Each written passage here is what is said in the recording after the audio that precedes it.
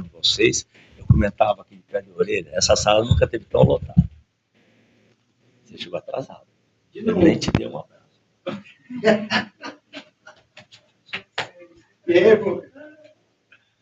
E claro que o fato em si é um fato de muita relevância a nível de município, de estado, é o nosso transporte coletivo, que estamos falando de transporte coletivo, estamos falando em melhoria, estamos falando em qualidade, né, em todos os sentidos. Então, essa questão do transporte coletivo tem dado muitos panos para a manga, né?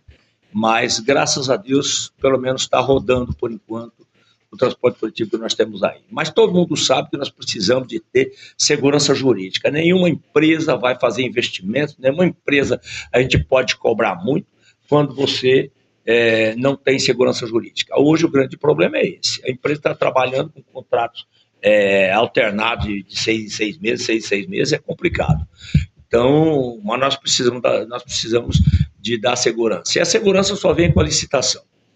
Infelizmente, quando a gente iniciou o processo licitatório, nós tínhamos ainda a 866, que era a lei que regia as licitações, né? E foi mudada a lei e nós tivemos também que fazer uma adequação no nosso... Por favor, doutor Jorge, vem para cá.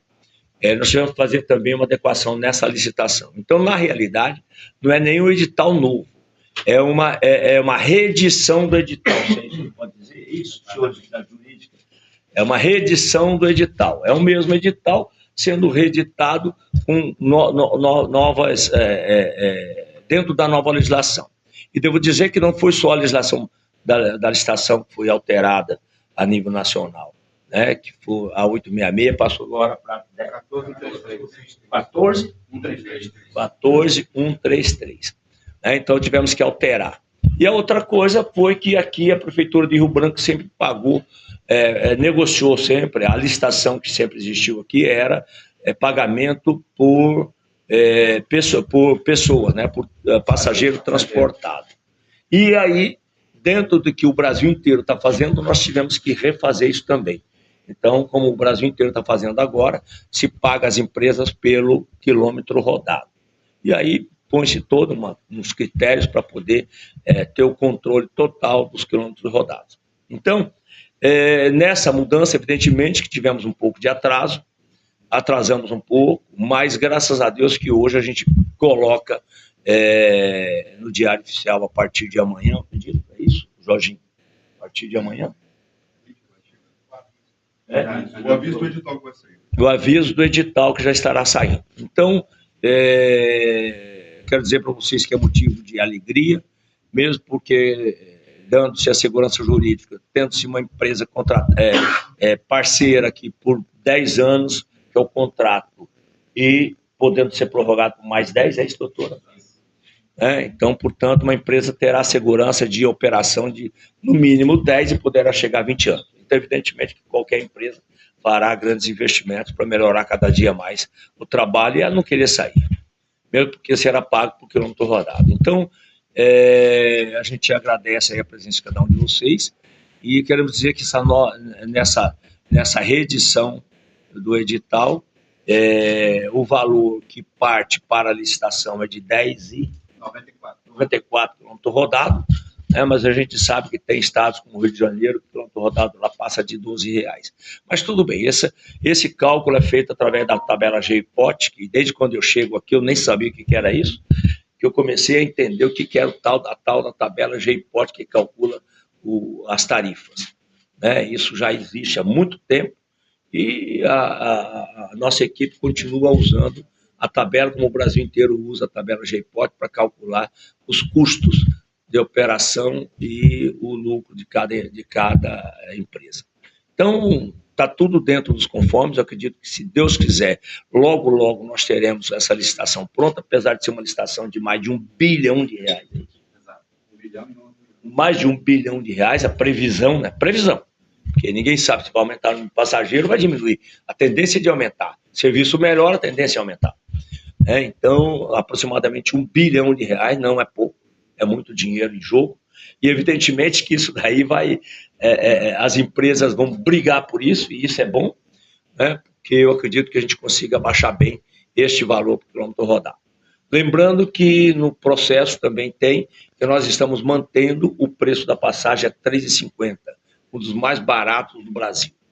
Apesar de nós estarmos com uma cidade, um município, onde é o terceiro mais pobre desse país, mas nós entendemos que o transporte público é fundamental exatamente para os mais pobres, que são eles que normalmente precisam realmente de usar o transporte público. Não tem seu carro, não tem sua moto, e muitas vezes precisa realmente acessar o transporte público. Então, por isso, nós mantivemos o valor de R$ 3,50, tarifa, o estudante R$ 1, né, e o restante a prefeitura vai bancar.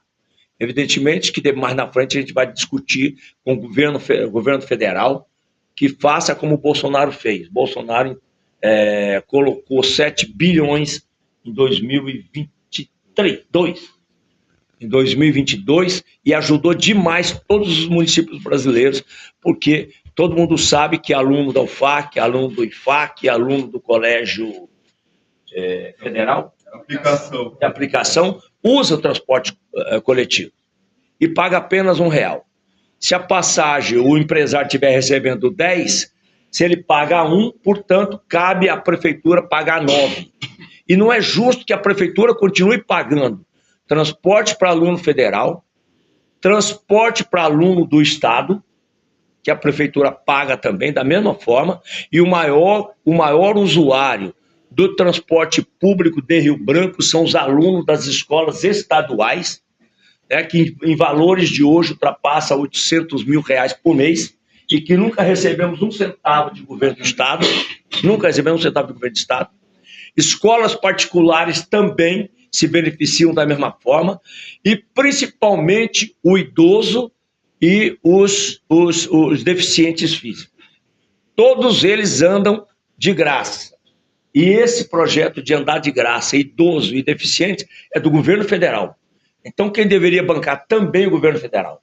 Então, ficaria muito mais fácil de você manter um transporte público com qualidade, com menor custo para o município, se cada um desses entes que tem os seus beneficiários fizesse a tua parte, pagasse a tua parte.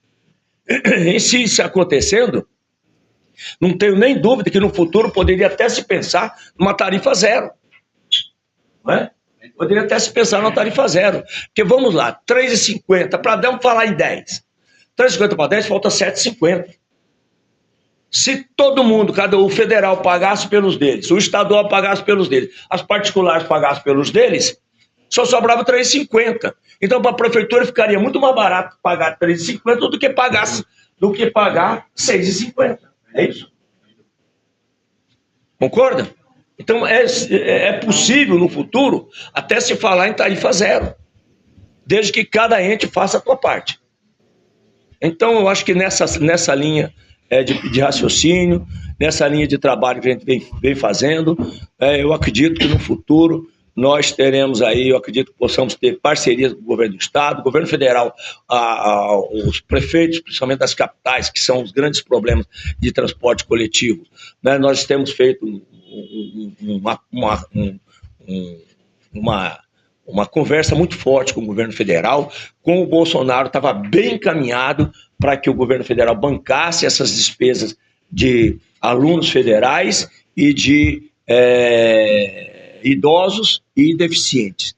Entendeu? Estava tudo bem encaminhado, mas quando muda o governo, também mudaram as conversas, infelizmente a coisa não andou direito, mas os prefeitos das capitais e grandes municípios, todos estão empenhados, através da Frente Nacional de Prefeitos, de conversar, estamos conversando, temos uma equipe própria da Frente Nacional de Prefeitos, discutindo com o governo federal, para que o governo federal faça o aporte dele para todos os municípios.